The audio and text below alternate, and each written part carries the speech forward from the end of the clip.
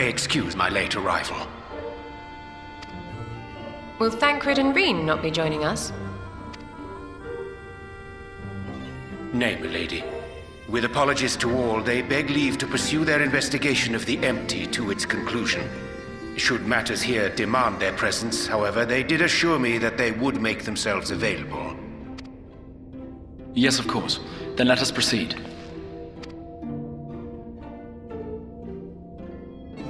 I think it best that you begin by providing a summary of Mistress Kryle's findings.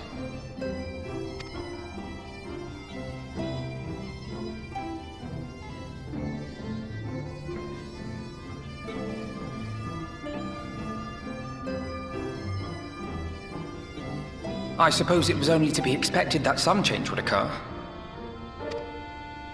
Yet our souls seem unaffected, to my eye at least. How long they will remain so is another question.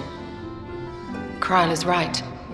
It is imperative we find a way to return to the source.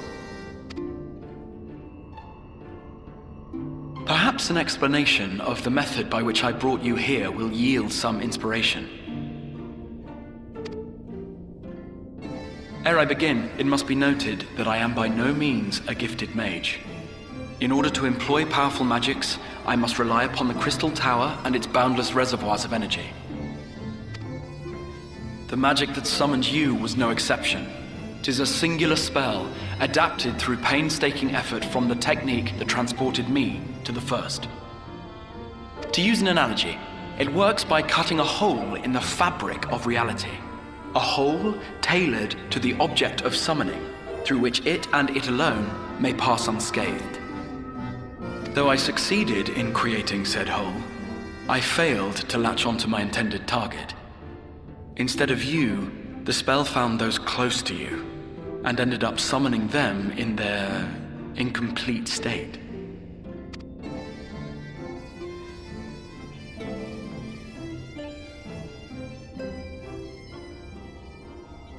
I would not soon throw my life away, not after the lengths you and yours went to save it. And so long as I breathe, I will spare no effort to see you safely home. But should all else fail, and your lives be at stake, there remains one sure method.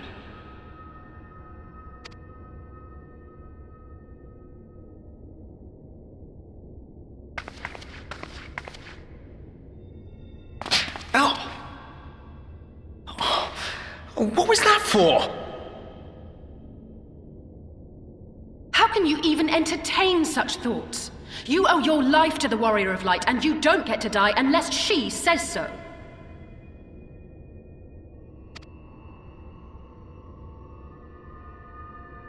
Your followers await your divine judgment. What did you just... What?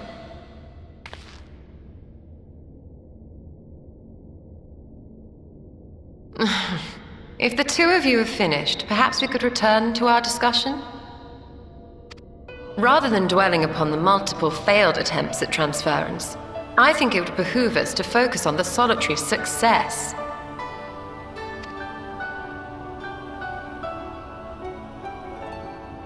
I would draw your attention to the fact that our friend can travel between worlds possessed not only of her body and soul, but her personal effects besides.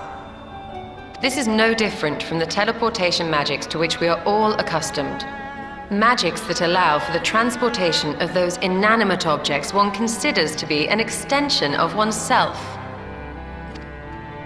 Are you suggesting that simply by considering us her possessions, she could carry our souls back to the source upon her person?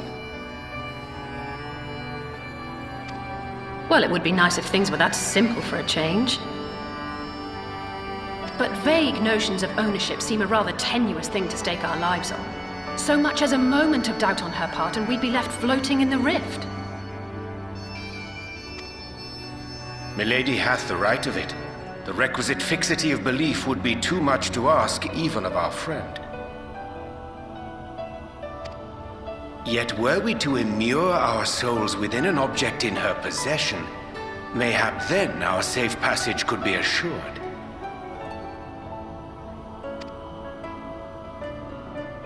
white auracite would, I believe, serve as a suitable vessel for this purpose.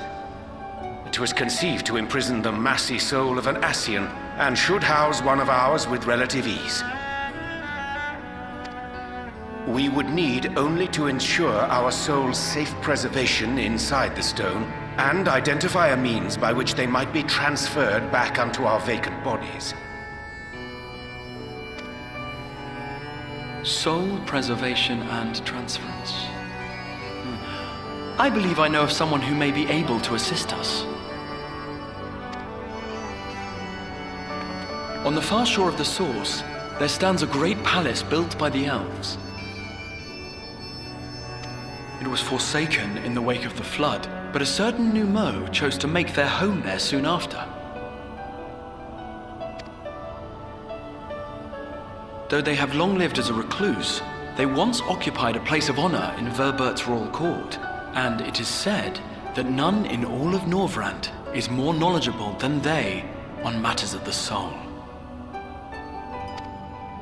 Well, I've no objection to seeking a helping hand, but if they've gone to such lengths to hide themselves away from the world, what makes you think they'd be willing to lend us one?